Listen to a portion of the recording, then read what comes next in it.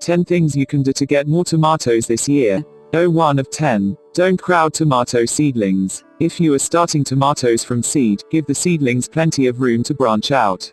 Yes, that means thinning the seedlings to one strong plant per cell a small pot. Snip the weaker, smaller seedlings in favor of the best grower. Crowded conditions inhibit the growth, which stresses them and leads to disease later on.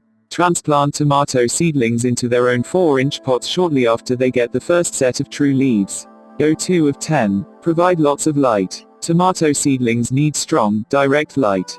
Days are short during winter, so even placing them near a sunny window may not provide them with sufficient natural light.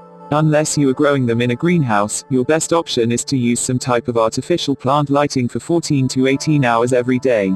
To ensure the tomato plants grow stocky, not spindly, keep the young plants only a couple of inches from fluorescent grow lights. You will need to raise the lights, or lower the plants, as the seedlings grow. When you're ready to plant them outside, choose the sunniest part of your vegetable garden as the location. 3 of 10. Turn a fan on. Tomato plants need to move and sway in the breeze to develop strong stems. That happens naturally outdoors, but if you start your seedlings inside, you need to provide some type of air circulation. Create a breeze by turning a fan on them for 5 to 10 minutes, twice a day. That small amount of time will make a big difference. Another option is to ruffle the tomato plants by gently rubbing your hand back and forth across the tops for a few minutes, several times a day. It's a bit more effort, but the wonderful tomato scent will rub off on you as a bonus. 4 of 10. Preheat the garden soil. Tomatoes love heat. They won't really start to grow until both the soil and air temperatures remain warm. You can speed things up in the soil by covering the planting area with black or red plastic a couple of weeks before you intend to plant. Those extra degrees of soil warmth will translate into earlier tomatoes. You can lift the plastic before you plant, but some research contends that red plastic mulch has the added benefit of increasing your tomato yield. 5 of 10. Bury the stems. Plant your tomato plants deeper than they come in the pot, all the way up to the top few leaves. When planted this way, tomatoes are able to develop roots all along the stems. And more roots make for a stronger plant. You can either dig a deep hole or simply dig a shallow trench and lay the plant sideways. It will quickly straighten itself up and grow toward the sun. Just be careful not to drive your tomato staker cage into the buried stem.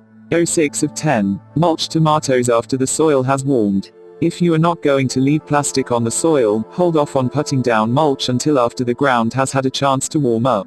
Although mulching conserves water and prevents the soil and soil-borne diseases from splashing up on the plants, if you put it down too early, it will also shade and cool the soil. Because tomatoes love heat, allow the sun to warm the soil in the spring. After temperatures remain warm, both during the day and at night, you can add a layer of mulch to retain moisture.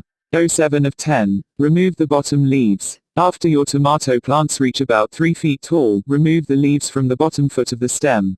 These are the oldest leaves, and they are usually the first leaves to develop fungus problems. As the plants fill out, the bottom leaves get the least amount of sun and airflow. Because these leaves sit close to the ground, soil-borne pathogens can easily splash up onto them. Removing them helps prevent fungal diseases from taking hold. Spraying weekly with compost tea also seems to be effective at warding off fungal diseases. 8 of 10. Pinch and prune for more tomatoes. Pinch and remove suckers that develop in the crotch joint of 2 branches. They won't bear fruit and will take energy away from the rest of the plant. However, go easy on pruning the rest of the plant. You can thin out a few leaves to allow the sun to reach the ripening fruit, but it's the leaves that are photosynthesizing and creating the sugars that give flavor to your tomatoes. Fewer leaves will mean fewer sweet tomatoes. 9 of 10. Water regularly. Water deeply and regularly while the fruits are developing. Irregular watering, missing a week and trying to make up for it, leads to blossom end rot, a calcium deficiency, and cracking and splitting.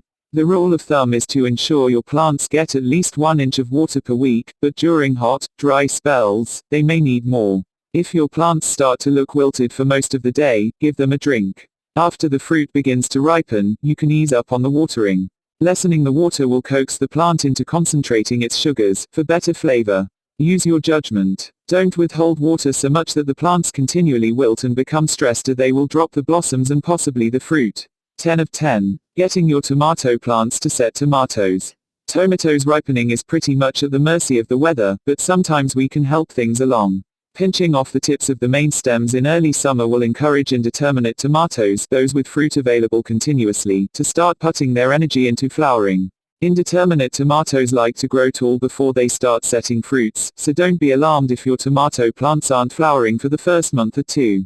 Pinching is also a handy trick toward the end of the summer when you want the last tomatoes to hurry up and ripen. It shouldn't be a problem getting determinate tomatoes, those that ripen all at once, to set fruit unless weather conditions are unfavorable and cause a condition aptly named blossom drop.